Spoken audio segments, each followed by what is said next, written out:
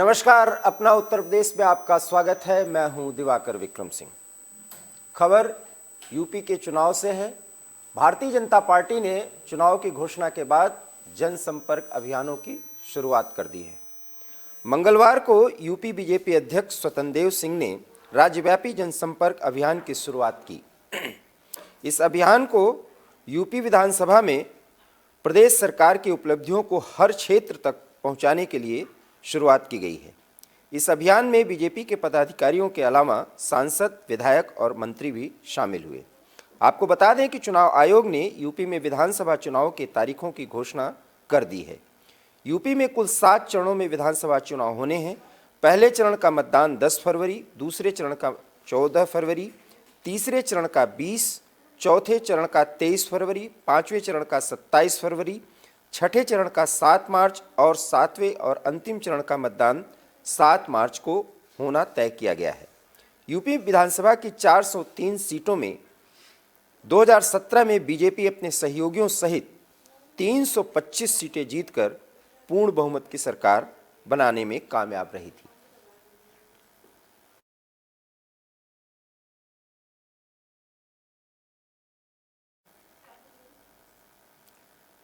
सपा मुखिया अखिलेश यादव ने अपने आप को श्री कृष्ण का सहयोगी बताया, तो भारतीय जनता पार्टी के नेता भी इसमें पीछे कहाँ रहने वाले हैं।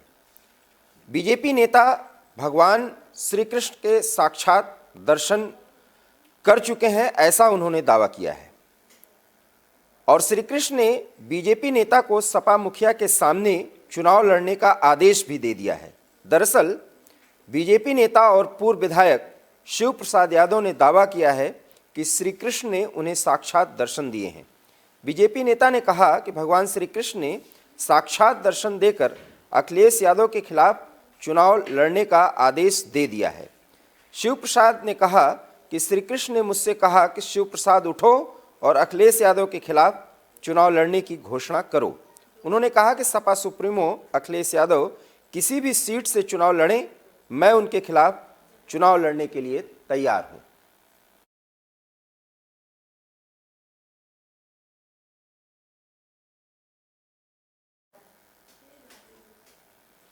बढ़ते हैं अगली खबर के लिए।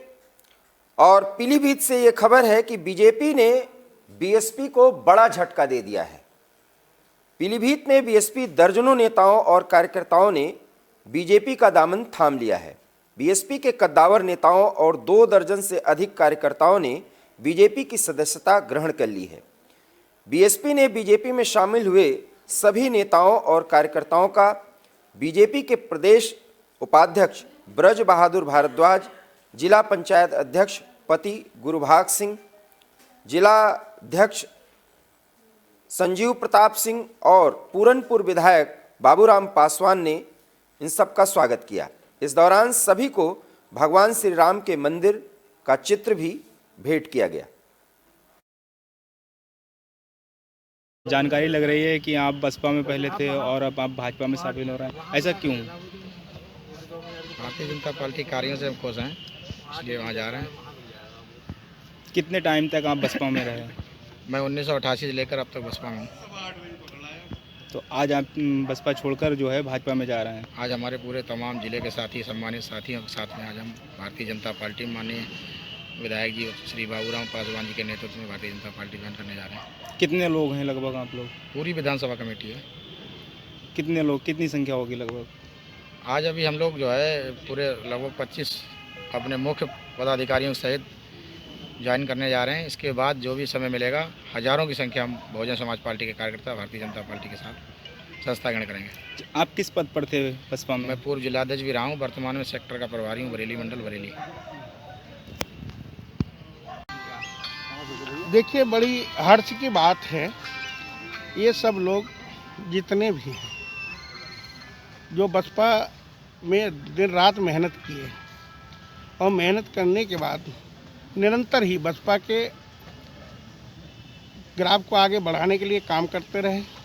लेकिन जब देखा भारतीय जनता पार्टी की सरकार आई और माननीय योगी आदित्यनाथ जी यशस्वी मुख्यमंत्री बने उत्तर प्रदेश के, तब आप लोगों ने देखा कि भारतीय जनता पार्टी की जो कार्यशैली है जो कहा वो करा, सबका साथ सबका विकास, इस नारा को लेके आज भारतीय जनता पार्टी विकास की तरफ अग्रसर हो रही है।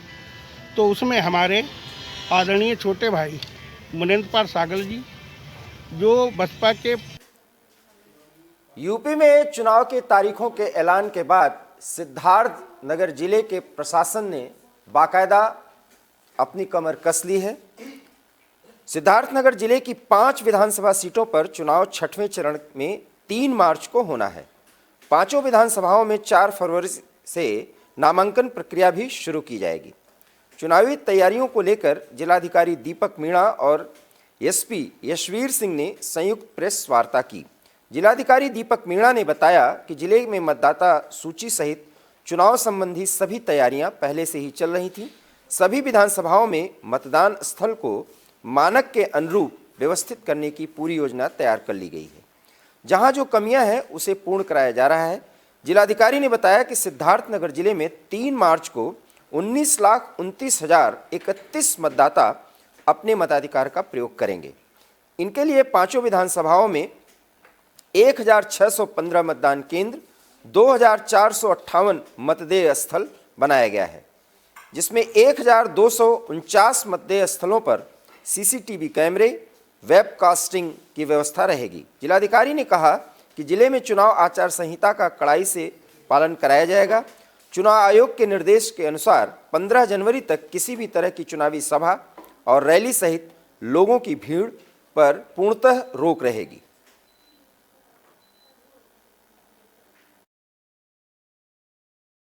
परिप्रेक्ष्य में काफ़ी बढ़ाए भी हैं और वल्नरेबल एरियाज़ भी चिन्हांकित किए गए हैं, उन पे भी लगातार कार्रवाई हो रही है। वेबकास्टिंग भी, जैसे चुनाव आयोग के निर्देश हैं कि 50% से ऊपर बूथ पे वेबकास्टिंग इस बार होनी है, वो भी हमने चिन्हांकन करवाए, उन पे भी लगातार कार्रवाई हो रही है। Already video viewing team, static surveillance team, flying squads, ये सब एक्टिव हो गए हैं। एक्सपेंडिचर मॉनिटरिंग कमिटीज़ एक्टिव हो गई है। वीवीपैट, ईवीएम और इन सब की हमारी already FLC first level checking हो चुकी है। आयोग के निर्देश के अनुसार अब उसका आगे जब भी प्रिपरेशन करेंगे तो उसका इंटीमेशन मीडिया को और पॉलिटिकल पार्टीज़ को देके करेंगे। तो ये सभी व्यवस्थाएं पूरी तरीके से हैं। Security forces, zonal magistrate, sector officers, zonal police officer सभी तैनात कर दिए गए। सभी की ब्रीफिंग हो गई है, सभी का आंकड़ा आ गया है। बूथ्स पे जो व्यवस्थाएं सुनिश्चित करवानी है और जो थोड़ी बहुत कमियां हैं वो भी हम लोग अगले 1 वीक के अंदर सुनिश्चित करवा लेंगे। तो हम लोगों ने पूरी तैयारी चुनाव के परिप्रेक्ष्य में की है। आज पॉलिटिकल पार्टीज़ की बैठक में भी उनसे वरी उसमें जो भी क्रिटिकलिटी के जो कारक थे उन पर कार्रवाई की गई है। इसके अलावा 106 गांव ऐसे हैं जिन्हें वल्नरेबल माना गया है, यानी उसमें कोई गुंडा प्रवृत्ति का आदमी या दबंग किस्म का आदमी इस तरीके का रहता है जो लोगों को प्रभावित कर सकता है वोट डालने में। उन 106 गाँव में 272 लोग ऐसे हैं जो प्रभावित कर सकते हैं। उनके विरुद्ध 100% निरोधात्मक कार्रवाई पुलिस के द्वारा की गई है। इसके अलावा जो हमारी नेपाल से सीमा लगती है उसमें 10 पिकेट हमने लगा दिए हैं, 10 जगह बैरियर और सीसीटीवी कैमरा स्थापित कर दिए हैं ताकि उधर से कोई मादक पदार्थ की सप्लाई इधर ना हो पाए हमारे जनपद सिद्धार्थनगर में। इसके अलावा जो जनपद की सीमा उत्तर प्रदेश के अन्य जनपदों से लगती है, अंतर जनपदीय बैरियर भी हमने लगाए हैं जिसमें लगातार चेकिंग चल रही है और किसी तरीके का कोई कैश, कोई मादक पदार्थ या कोई असला इस तरीके का ना आए जनपद में, इसकी लगातार चेकिंग की जा रही है। और जो मानक है चुनाव आयोग का उसके अनुसार एफएसटी जो है आपकी और एसएसटी स्टैटिक सर्विलांस टीम और जो आपकी एफएसटी की टीम है वो सीएम योगी आदित्यनाथ के खिलाफ बयानबाजी करना एक संस्था के अध्यक्ष को महंगा पड़ सकता है। हम आपको बता दें कि ये खबर यूपी के ब्रजकुंड घाट आदि का जीर्णोद्धार और सौंदर्यीकरण करने वाली संस्था द ब्रज फाउंडेशन के अध्यक्ष विनीत नारायण ने ब्रज में विकास को लेकर सीएम योगी के खिलाफ बयानबाजी के साथ भव्यतापूर्वक संपन्न हुए कुंभ मेला के आयोजन में भी कमियां निकाली थी, जिसका वीडियो सोशल मीडिया पर वायरल किया गया था। सोशल मीडिया पर वायरल वीडियो से धर्मनगरी वृंदावन समेत ब्रज के संतों और धर्माचार्यों ने भारी रोष जताया है। इस सिलसिले में संत और धर्माचार्यों की ओर से एक बैठक आयोजित की गई, जिसमें संत और धर्माचार्यों ने विनीत नारायण की ओर से की गई बयानबाजी की निंदा की, उनके खिलाफ निंदा प्रस्ताव भी पारित किया। इसके साथ ही विनीत नारायण के खिलाफ कार्रवाई की मांग की गई है। से श्रीधाम वृंदावन ब्रजमंडल एवं वृंदावन में जो हुई कुंभ की पूर्व बैठक के बारे में अनर्गल प्रलाप किया है तथा यशस्वी मुख्यमंत्री श्री योगी आदित्यनाथ जी महाराज के साथ समस्त ब्रजमंडल एवं संतों के प्रति अभद्र भाषा का प्रयोग किया है, उनको कठोर से कठोर दंड दिया जाए, इस बारे में यह मीटिंग आहूत की गई थी तथा सभी संतों ने, विद्वानों ने, ब्रजवासियों ने मिलकर के और सभी से आह्वान किया है, प्रशासन से भी आह्वान किया है कि ऐसे व्यक्ति की संपत्ति की जांच हो एवं उस पर कठोर से कठोर दंड दिया जाए। खबर पीलीभीत से है, जहां ग्रामीणों ने रेलवे के खिलाफ धरना प्रदर्शन शुरू किया है। पीलीभीत में रेलवे प्रशासन अनिश्चितकालीन धरना प्रदर्शन को झेल रहा है। दरअसल रेलवे ने माला स्टेशन को हॉल्ट घोषित कर दिया है, जिसका विरोध ग्रामीणों की ओर से लगातार की जा रही है। ग्रामीणों की मांग है कि माला हॉल्ट को रेलवे स्टेशन बनाया जाए, जिससे ग्रामीणों को किसी प्रकार की असुविधा का सामना न करना पड़े। जबकि बीजेपी सांसद वरुण गांधी भी इस संबंध में रेल मंत्री को पत्र लिख चुके हैं।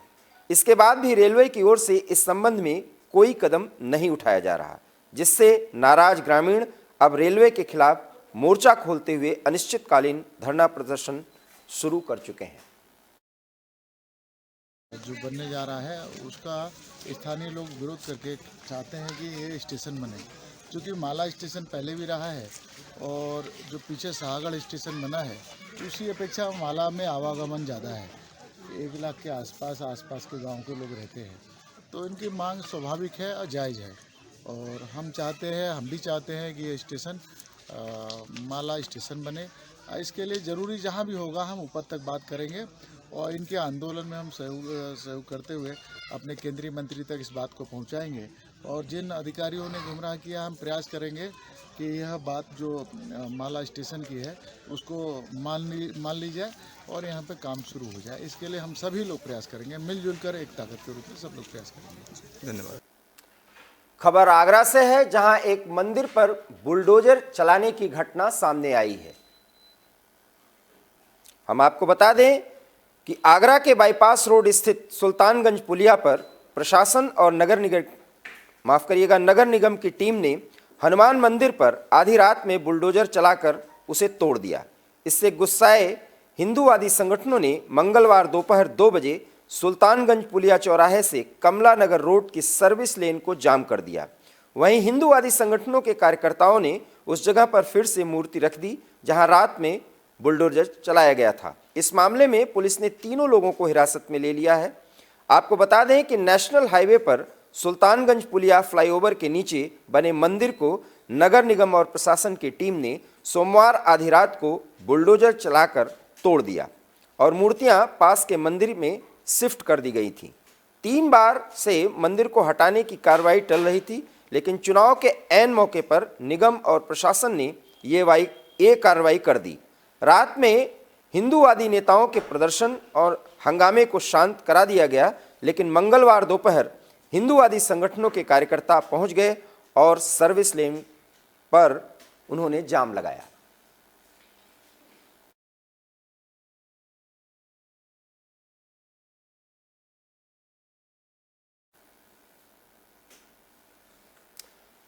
आगरा से ही दूसरी खबर है। यहां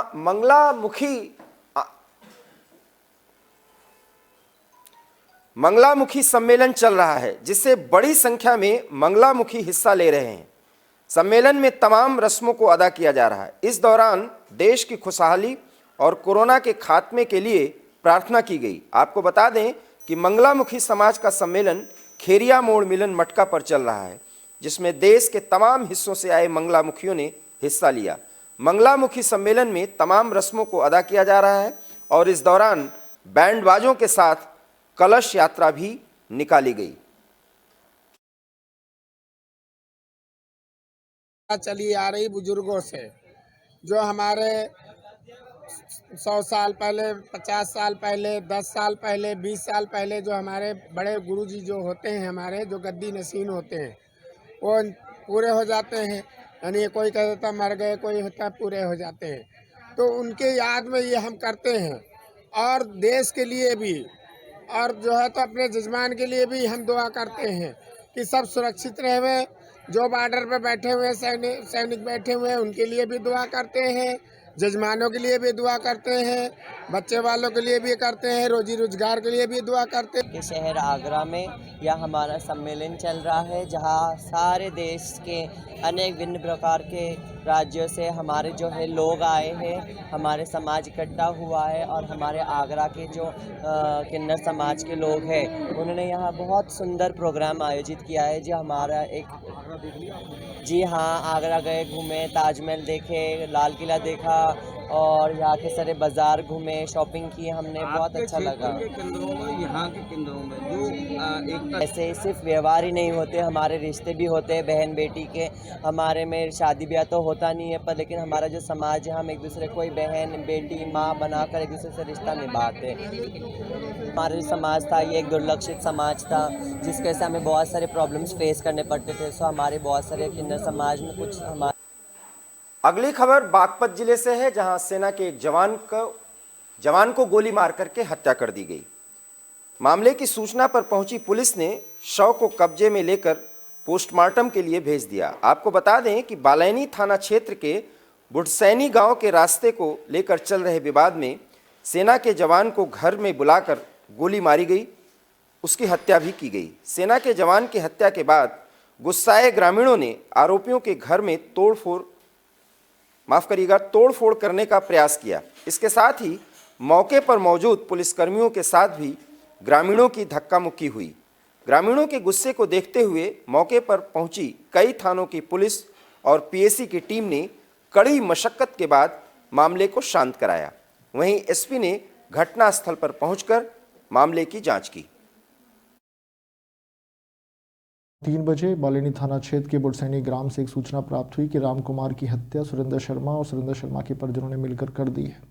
पुलिस तत्काल मौके पर पहुंची, शांति व्यवस्था कायम की, डेड बॉडी को पोस्टमार्टम हेतु मोर्चरी भेजा गया, तहरीर प्राप्त कर अभियोग पंजीकृत किया गया। विवेचना के दौरान ये बिंदु प्रकाश में आए कि सुरेंद्र शर्मा के परिवार तथा राम कुमार के परिवार के बीच में खड़ंजे पर दीवार को लेकर विवाद था। दोनों के बीच में आज पंचायत हुई थी जिसमें समझौता हो गया था तथा मिठाई वितरण भी किया गया था। इसके पश्चात सुरेंद्र शर्मा मिठाई खिलाने के बहाने राम कुमार को अपने भाई के घर पर लेकर आए, जहां उन्होंने अपने साथियों के साथ मिलकर राम कुमार की हत्या कर दी। सुरेंद्र शर्मा और उनके भतीजे टिंकू शर्मा को पुलिस ने आज गिरफ्तार कर लिया है। शेष अभियुक्तों की गिरफ्तारी शीघ्र की जाएगी। यहाँ से जो है पंडितों के यहाँ से फ़ोन आया, बबलू ने बताया सुंदर का फ़ोन आ रहा है, तो फैसले की बात कह रहे हैं। बब्बा चलो, मगर भाई चलो फैसला निपटा लो। जाके वहाँ फैसला हो गया, दोनों तरफ से सरपंचों के साइन हो गए। बैठे रहे बबलू को सुंदर पंडित है जिसके साथ था ना, वो बुला के ले गया बाहर को, दोनों हाथ पकड़ के निकले हैं बाहर को, बात करते हैं राज्य की। और आदमी सब मन आवाज़ भी दी, भाई बबलू कहाँ जा, उनका आलिएगा बाली। और बस 2 मिनट पीछे निकल, आवाज़ सुनी नहीं किसी। 5-4 किए थे अपने घर दाब के मुँह में गोली मार दी। ये हुई। कहाँ मारी गोली? उनके पंडितों को अपने घर बुलाया गया। किस बात को लेकर विवाद चल रहा था? एक खड़ंजा था, उसे रोक रहे थे हम रास्ते को, हम के रास्ते को। प्रधान उसे रोक, कह गया ऐसा मत करे। उस विषय में फैसला था, आज फैसला हो गया था। अच्छा फौजी। अगली खबर अलीगढ़ से है, जहां एक भट्ठा मालिक ने अवैध तरीके से जमीन पर कब्जा कर लिया है। ग्राम पंचायत रोहिना सिंगापुर में एक भट्ठा संचालक सरकारी जमीन पर अवैध तरीके से कब्जा किया हुआ है। ग्रामीणों ने इसकी शिकायत तहसील प्रशासन और जिला प्रशासन से की, किंतु प्रशासन की ओर से आरोपी भट्ठा संचालक के खिलाफ कोई कार्रवाई अभी तक नहीं की जा रही, जिससे ग्रामीणों में भारी रोष व्याप्त है। ग्रामीणों ने सरकार से सरकारी जमीन को खाली कराए जाने की मांग की है। ससुरोई नगला ढक, जो कि तहसील कोल जनपद अलीगढ़ के अंतर्गत आता है। इन बेचारे ग्रामीणों की कुछ समस्या थी भट्टा संचालक के खिलाफ। आइए जानते हैं इन लोगों से क्या परेशानी है। आपका नाम क्या चाचा? मेरा नाम सुखबीर सिंह है साहब। आपका गांव कौन सा है? गांव रोहना सिंहपुर है। आपकी पंचायत कौन सी लगती है? रोहना सिंहपुर। अच्छा बताइए, आपको भट्टा संचालक से क्या परेशानी है? परेशानी काफ़ी परेशानी है साहब। हमारी ग्राम समाज की जगह में चिमनी लगी हुई है जी। 1.5-2 बीघा ज़मीन है, वहाँ में चिमनी में खाली करके देते ना है। हमने निरी एप्लीकेशन डीएम साहब को, एसडीएम साहब को, तहसील को मंगल दिवस में सब में दे चुके हैं। कोई सुनवाई होती ना, लेखपाल आवत है ना पी उल्टी सूदी पैसा ले तेज जाते हैं। और प्रधान से शिकायत करिए, वर्तमान बारे प्रधान से शिकायत करिए, मानो कोई जाके फटे बबलू सिंह ने सो अपनी सीए ना तो अपन काम करो, बैठे रहो अपने घर। जो समस्या गांव के नज़दीक भट्टा वाले गड्ढा करवा रहे हैं, गरीब आदमी खेत ले लेते हैं, वहाँ गड्ढा कर रहे हैं, बालक मार रहे हैं। समस्या तो बहुत सुनो, काले किसान है। अच्छा, आपने किसी विधायक या सांसद जी से शिकायत की? हाँ, विधायक जी तो करिए पारासर से, अनिल पारासर साहब है हमारे यहाँ विधायक। उनने जालेंगे काना में वालों को निकाल दी, और क्या करे, गरीब पब्लिक तो गरीबी होते, कहाँ जाए वो, बार बार कितने चक्कर काटे तहसील लगे। हाँ, मंगल दिवस में भी दी हमने सब क्या हो जाएगा। अगली खबर आगरा से है, जहां रफ्तार का कहर एक किशोर पर बरपा है। आगरा जिले के शमशाबाद कस्बे में एक दर्दनाक सड़क हादसे में एक किशोर की मौत हुई है। हादसे की सूचना मिलते ही मौके पर पहुंची पुलिस ने शव को कब्जे में पोस्टमार्टम के लिए भेज दिया। आपको बता दें कि नयाबास चौराहे के पास चाचा और भतीजा साइकिल से सामान लेने के लिए बाजार जा रहे थे।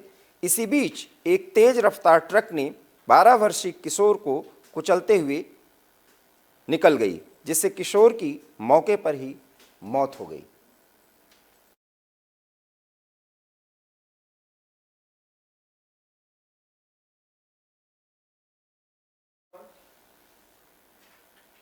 अपना उत्तर प्रदेश में बस इतना ही। देश और दुनिया की तमाम बड़ी खबरों के लिए देखते रहिए विस्टा न्यूज़, क्योंकि यहाँ खबरों का सिलसिला कभी नहीं थमता।